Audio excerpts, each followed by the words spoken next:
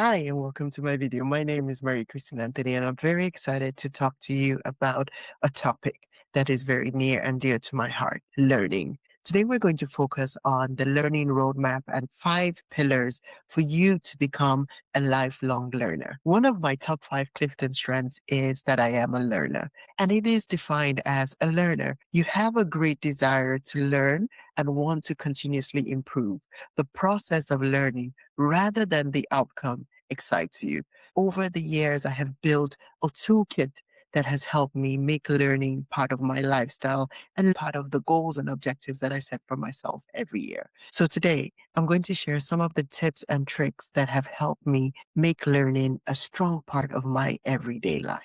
I would like to start by sharing one of my beliefs. I believe that learning is a living toolkit for the life you are designing. Achievements belong to those who pair a growth mindset with the curiosity to ask how and the intentionality to actually put steps to action when it comes to their learning. So the 5 pillars that we'll be covering today include the following. Number one, identify your learning and knowledge gap. Number two, master the art of micro-learning. Number three, honor your learning style. Number four, build your accountability system. And number five, teach to learn. Let's start with identifying your knowledge gap. As you set your goal for this year, I'm sure there were goals that you set for this year where you knew that you had either a knowledge gap or you needed to learn a new skill. Imagine turning those learning and knowledge gaps into action. I personally like to see a knowledge gap as something that I can work towards closing. A knowledge gap that I've been looking to close this year has been around identifying the types of content I can leverage to boost my coaching business. I identified steps that I will be taking this year to close that knowledge gap. As you think about your goals for this year, I encourage you to think about ways that you want to close your learning gaps. And remember that we're learning things because we think it's important. We've passed the stage where people tell us what to learn. We're adults now. Number two, mastering the art of micro learning. It's interesting because you might be wondering, where do I actually find time to learn? And I want to encourage you to think about learning as something you could integrate into your everyday life. And I really love the concept of micro learning where you don't require a long block of time. You're not looking for 4 hours of your day or 4 hours of a week to put towards something, but rather you're looking at what can I do for 15 minutes? If you did something for 15 minutes every day, at the end of the month, it will be roughly 5 hours. Imagine if on a monthly basis, you dedicated 5 hours to something. Imagine the growth that you'll have over time.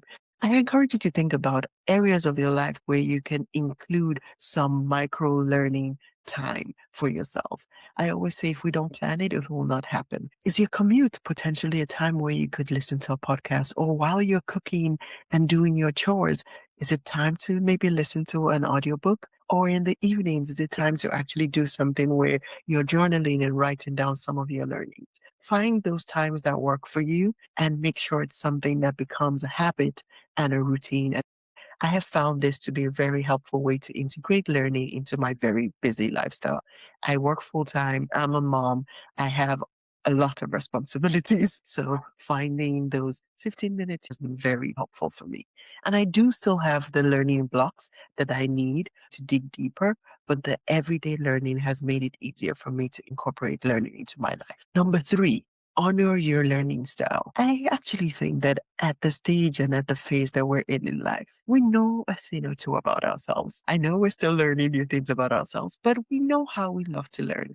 Knowing your learning style and honoring your learning style is a great way to stay motivated and continue your learning. Some of us are very visual. You need the pictures. Make sure you have space to put up those learning prompts that can help you. Some of us are oral. We love to listen and we can learn while we're listening.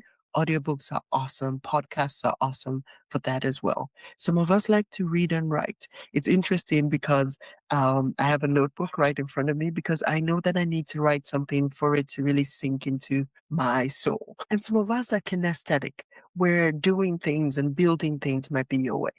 What type of learning style do you have? Number four, build your accountability system. When I talked about setting goals and accomplishing our goals, I also talked about our success village. When we have people that are holding us accountable for our learning, we will be more likely to do so. I want to encourage you to find your learning buddy and to dedicate the time to check in with them regularly. The good thing with having a learning buddy is that you get to share your learning with them and they also get to share their learning with you. And I call that a win-win. Number five, the teach to learn.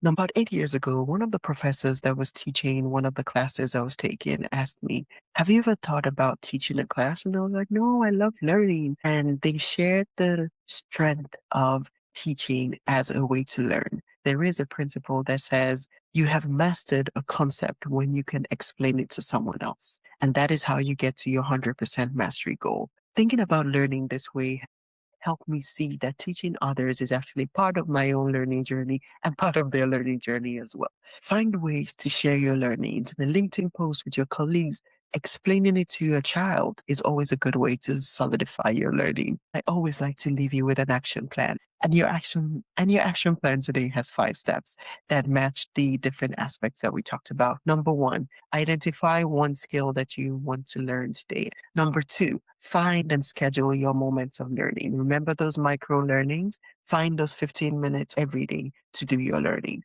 Number three, align the resources with your learning style. Now that you know your learning style, think about the resources that match that style. Is it a podcast? Is it a book? Is it a training? Number four, sync with a learning buddy. Find that one person who is also a learner or is learning and share your experiences with each other. Number five, teach you new knowledge. And there is research that actually says you want to do that quickly so you don't forget what you learned. From a professional learner who is still learning, I hope that this video encourages you to build your own learning roadmap and build a lifestyle of learning. Thank you so much for watching this video. Please share what you're planning to learn this year.